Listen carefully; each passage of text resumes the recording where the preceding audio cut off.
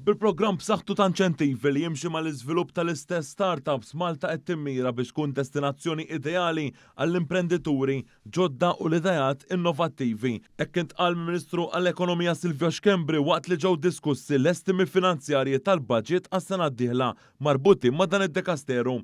Fid-diskors tiegħu il-Ministru qal li l-Gvern qed ikompli joħloq klima favur proġetti innovattivi li waslu biex f'pajjiżna stess jitwieldu kumpaniji rivoluzzjonari. Hawn il-Ministru spjega li diversi miżuri mill-Malta Enterprise flimkien ma' tnedija tal-Venture Capital Fund se jipprovdu appoġġ finanzjarju lill-imprenditori lokali biex joffru idea ġodda waqt li elenka l-inizjattiva tas Seed Investment Scheme.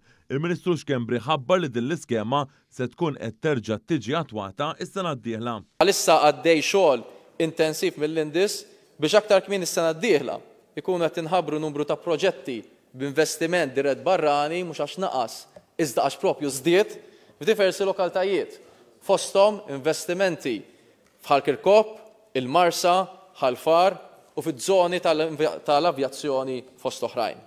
Waqt l-istess seduta tkellem is-Segretarju Parlamentari għal Fondi Ewropej Chris Bonnet li sostna li għal darb'oħra il-Gvern se jkun qed juża l-fondi disponibbli kollha. Hawn spjega li dawn il-fondi ġabu bidla pożittiva f'kull settur tas-soċjetà. Importanza li għandhom il-fondi Ewropej biex nilħqu il-viżjoni ekonomika tagħna.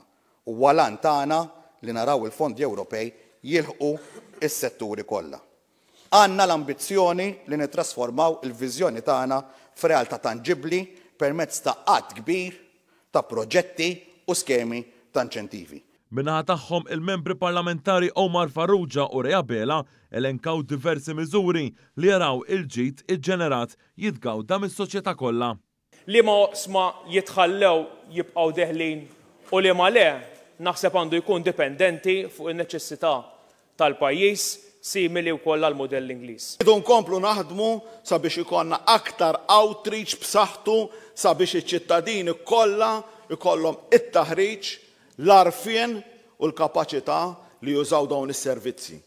Hekk verament inkunu qed nippromovu pajjiż anqas burokratiku u aktar modern.